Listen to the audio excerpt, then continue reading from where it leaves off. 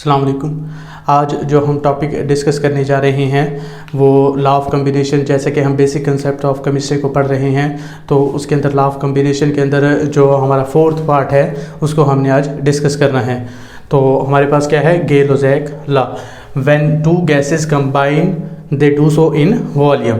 जब कोई भी दो गैसेस आपस में कंबाइन करेगी तो वो किसके अंदर करेंगी, वॉल्यूम स्टेट के अंदर करेंगी, मतलब वॉल्यूम के अंदर करेगी which bears a small whole number ratio होगी। ठीक है जी, जो वॉल्यूम होगा उसके अंदर क्या होगी, हम होल नंबर रेशो आएगी टू वन अनदर, मतलब गैसेस जो आपस में कंबाइन कर रही है उनके अंदर भी होगी। और and two products if they are in gases state, अगर प्रोडक्ट गैसेस स्टेट में है तो प्रोडक्ट के साथ भी क्या होगी, होल नंबर रेशो आएगी और वो स्मॉल होल नंबर रेशो होगी।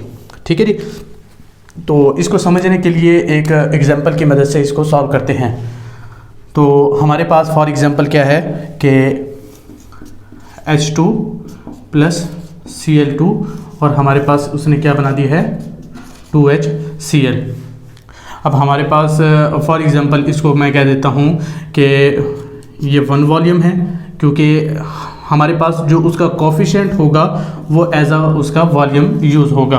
तो जिसके साथ कुछ भी नहीं होता उसके साथ वन होता है, तो वन वॉल्यूम है इसका भी क्या है, वन वॉल्यूम है। और इसके कितने हैं, टू वॉल्यूम है। अगर हमारे पास फॉर एग्जांपल इसका मैं कह देता हूँ 20 ml, तो इसका अगर 20 ml है तो इसका भी क्या होगा 20 ml होगा।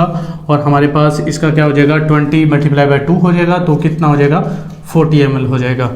क्लियर हो जाएगी बात। तो ये भी गैस स्टेट में होती है, ये भी गैस स्टेट में होती है, और जो प्रोडक्ट होता है वो भी क्या होता है, गैस स्टेट के अंदर होता है। तो हमारे पास इसके अंदर अगर हम होल नंबर रेशो देखें तो 1:1 ही आएगी। और अगर हम रिएक्टेंट की प्रोडक्ट के साथ रेशो चेक करें तो क्या आ जाएगी 1:2 ही आएगी कि 20:40, तो क्या आ जाएगा 1:2 आएगी।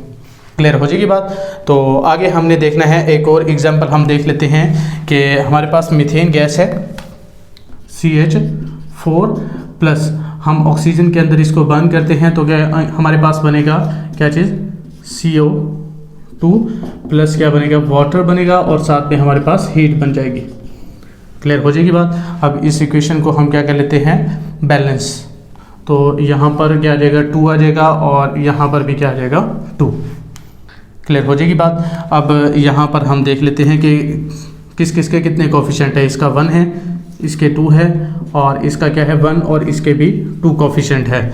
ये हमारे पास क्या होता है, गैस स्टेट के अंदर होती है, ये भी गैस स्टेट के अंदर, ये भी गैस स्टेट, और ये क्या होता है लिक्विड। तो इसकी तो हमने बात ही नहीं करनी। क्यों? क्योंकि प्रोडक्ट के अंदर अगर गैस स्टेट होगा तभी हम कंपेयर करेंगे। अगर वो लिक्विड स्टेट के अंदर है या सॉलिड स्टेट के अंदर है तो हम उसको कंपेयर नहीं करेंगे। क्लियर हो जाएगी बात। तो हम इनको कंपेयर कर लेते हैं। तो इसका क्या होगा 1 वॉल्यूम होगा, और इसके कितने होंगे 2 वॉल्यूम, और इसका क्या होगा 1 वॉल्यूम होगा। क्लियर हो जाएगी बात। तो फॉर एग्जांपल इसके क्या है, हमारे पास 20 ml है, तो इसके कितने होंगे 40 ml होंगे। ठीक है जी। तो रिएक्टेंट के जो आपस में रेशो बनेगी वो कितने बनेगी 20:40, तो कितने बनेगी 1:2। क्लियर हो जाएगी बात। और अगर हम बात करेंगे कि रिएक्टेंट की प्रोडक्ट के साथ अगर हम मीथेन की कार्बन डाइऑक्साइड के साथ रेशो बनाएंगे तो क्या बनेगी 1 वॉल्यूम है, तो 20, इसके भी 20 ml है, तो इसकी भी 20 ml है, 20:20, तो क्या रेशो बन जाएगी 1:1। अगर हम ऑक्सीजन की कार्बन डाइऑक्साइड के साथ रेशो बनाते हैं तो क्या बनेगी 40 है, इसके 40 ml, और इसके कितने हैं 20 ml, तो 40:20, तो क्या आ जाएगी 2:1। क्लियर हो जाएगी बात। तो अगर हम मीथेन की कार्बन डाइऑक्साइड के साथ रेशो बनाएंगे तो क्या आएगी हमारे पास 1:1 आ जाएगी, और अगर हम ऑक्सीजन के साथ बनाएंगे तो क्या आ जाएगी 2:1 आ जाएगी। क्लियर हो जाएगी बात। तो इस तरह हम क्या कर सकते हैं, जो रिएक्टेंट की है आपस में भी रेशो बना सकते हैं, और रिएक्टेंट की प्रोडक्ट के साथ भी आपस में रेशो बना सकते हैं लेकिन ये सब किसके अंदर होगा, जब आपके पास क्या होगा कि ये गैस स्टेट में होंगे। क्लियर हो जाएगी बात। व्हेन टू गैसेस कंबाइन, ठीक है जी। तो जब गैसेस कंबाइन करेगी मतलब रिएक्टेंट भी गैसेस होने चाहिए और प्रोडक्ट भी क्या होने चाहिए, गैसेस के अंदर होने चाहिए, तब ये लॉ जो है वो एप्लीकेबल होगा। एक और हम एग्जांपल देख लेते हैं कि N2 + H2 और क्या बन जाएगा NH3 अमोनिया बन जाता है। ठीक है जी। तो N2 तो ऐसे कैसे रहेगा, ये हमारे पास 3H2 तो क्या बन जाएगा 2NH3 बन जाएगा।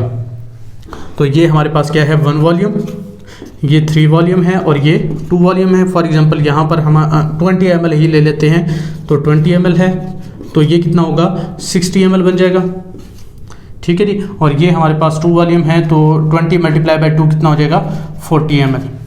क्लियर हो जाएगी बात। अब रिएक्टेंट की आपस में अगर हम रेशो निकालें तो 20:60, ठीक है जी, तो कितनी बनेगी 1:3 बनेगी, ठीक है जी। तो स्मॉल होल नंबर रेशो है।